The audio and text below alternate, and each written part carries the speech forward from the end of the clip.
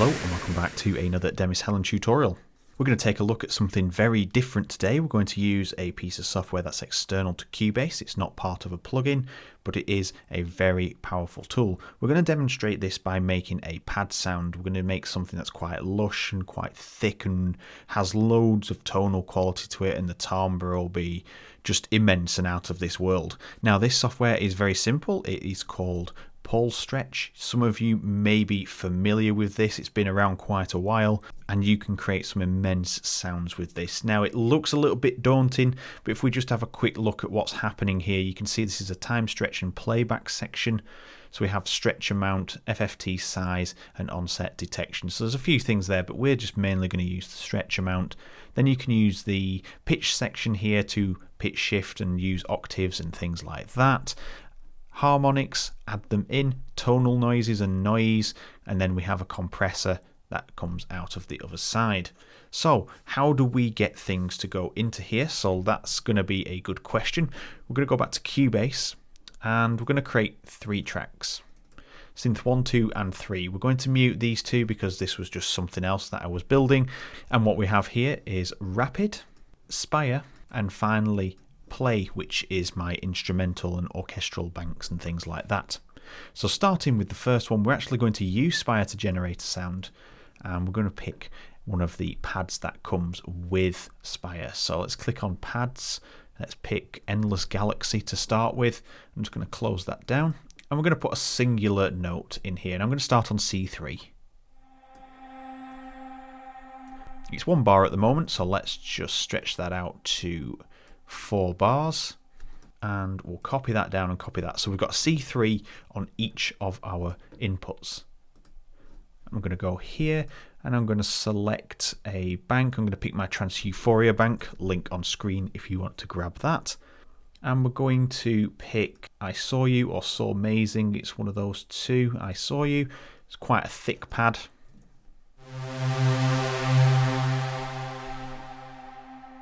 And that's already got tons of dynamic in there already. And finally, we're going to hit this third one. I'm going to pick strings, but we're going to pick something that has a little bit more welly about this.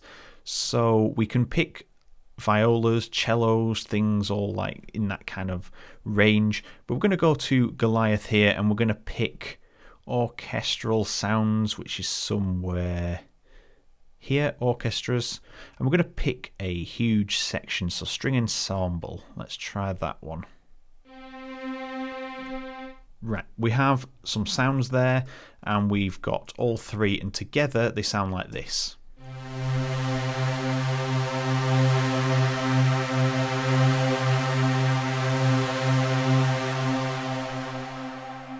I'm just going to export this as a WAV at 44.1, and we're going to call this PS for Paulstretch Pad 1, and I'll save it to my desktop and we'll get it imported into Paulstretch.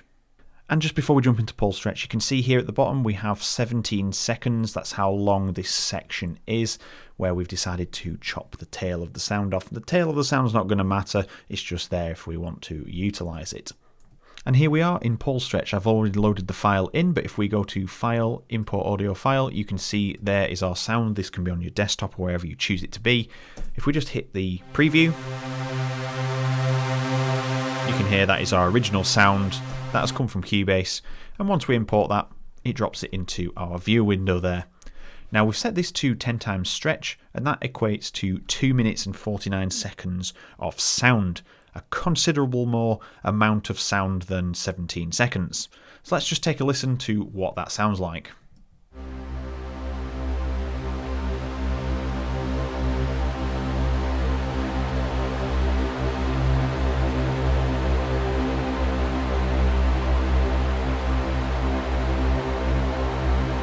You can hear some pretty wacky stuff there, and if we increase that to even longer, to the maximum 128 stretch times amount, we have 36 minutes. Now if you import different files and they're a lot longer, you can get into the days and possibly the weeks if you give it a good shot. That's the ultimate experience for relaxation music, just sound non-stop for days. And this is what it sounds like. Exactly the same, but even slower, and you'll just hear the dynamics change really slowly.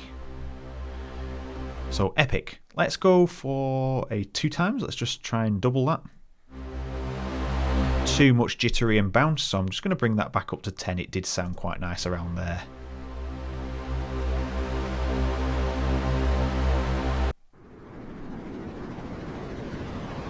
That's just reducing the FFT size.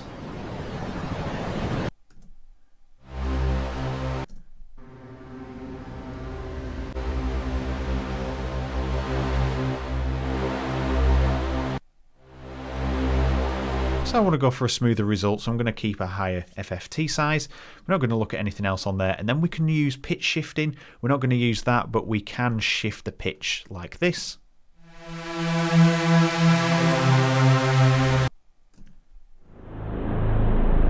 And you can create some immaculate atmospheres, make loads of presets for this. I'm going to double click that and return it to 0. So many things that you can do with this. And then we can add harmonics in.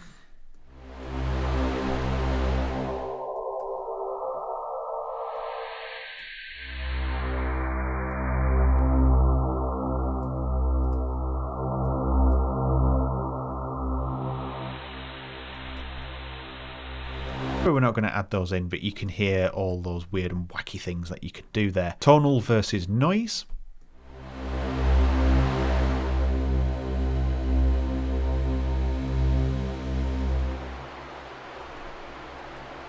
You can create some really eerie stuff with this. I can really see sound design at its finest with this.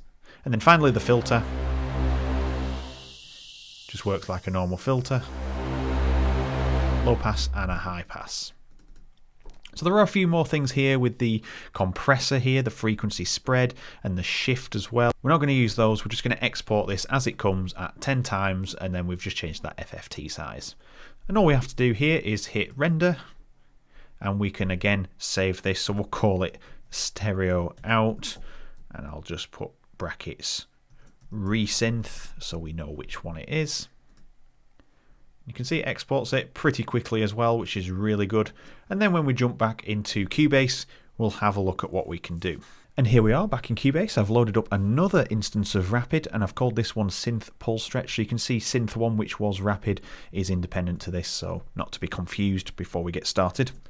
And we're going to import that sound now into Rapid and we're going to use one of its features, resynthesis. And to do this, we just need one of our layers active and we need to hit oscillator A, choose the first one or whichever one you want, and we need a library. So you can create a new library down here. You just right click on library and you can add a new one, and you can see I've called this tutorials for the purpose of this tutorial. And then when we move over to import, you can see I've already imported it. You just click on add files, choose the synth that you've got, and we've got the stereo out resynth.wav. You can see there the size, everything like that. And you can see we have a few options at the top. We can import wavetables and samples, single, multiple, and resynthesis. And this is the one that we want to use, resynthesis. So if we click that now we've imported it, you can see here what do we want to call it. So let's just call that resynth, and then we know what that is. And then you can choose a category. So we're just going to call this PS for Paulstretch. And the root note of this one was C3. So we can change that to C3 and we can click import. Now that is done, it'll take you back to the main screen and you'll be able to see your resynthesized sound here. Now if we play on the keyboard,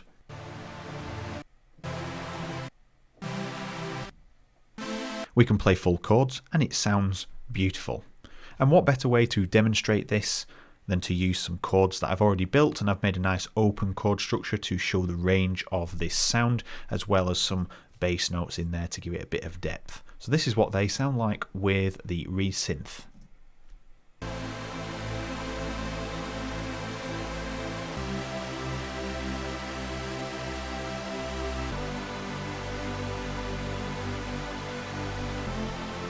So we've got this really thick sound. It sounds like we've added full unison on there and then more, or adding each oscillator in there. We've got this really thick sound, but we're conserving CPU so well because we're only using one sample. It gives you that huge sound. And don't forget that we've used a saw wave from Spire.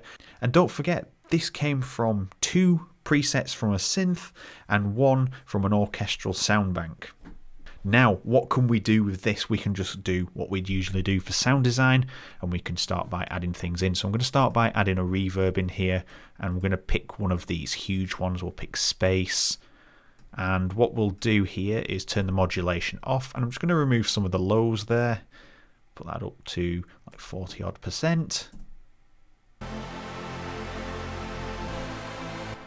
Let's give it a bit more welly. We'll go over that marker of 50%. Increase the decay. There we are. And we can add all these other sounds in. So let's add some phasing in there.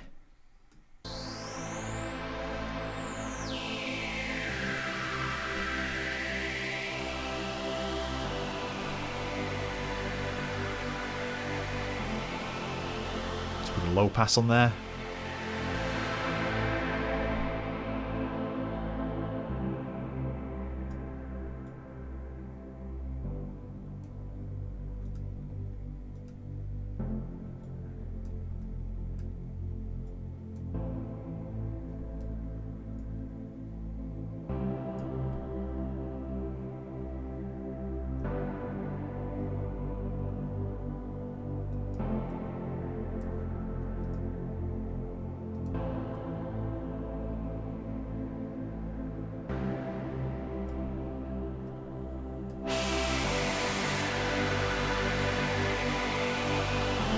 So you can see we have endless options. I've just put some noise in there, just add a really tiny amount, put it through the Low Pass Pro 12. We can get some really nice sounds, and that's just from exporting different sounds. Now, Paulstretch is capable of a lot more. If you want to see a lot more coming from Paulstretch, let's put some loops in there and vocals and things like that. Let me know. We could do that in a future video. But let's layer 2 of these up. So I'm going to go back into here, into tutorials, and then we're going to go into multi-samples, and you can see resynth is there. Let's turn that on, and let's put that up 1 octave.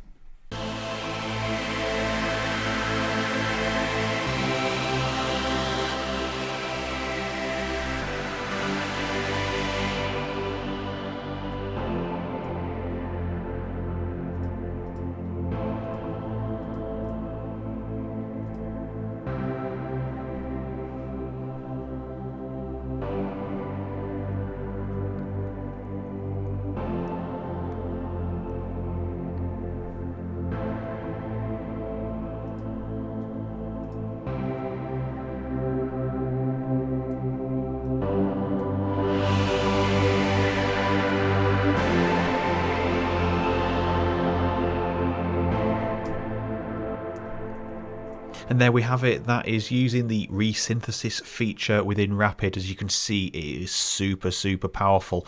I'm going to continue building this song in a second. I'm just going to do my goodbyes on this video, and then you can continue watching me build this without any input. If you enjoyed the video, please let me know down in the comments, and also hit the like button. It does help the channel. And finally, hit subscribe and the bell icon so you get notified when I upload, so you're one of the first to watch and learn something new. So thank you very much for watching, and I will leave you with this, and I will see you all in the next video.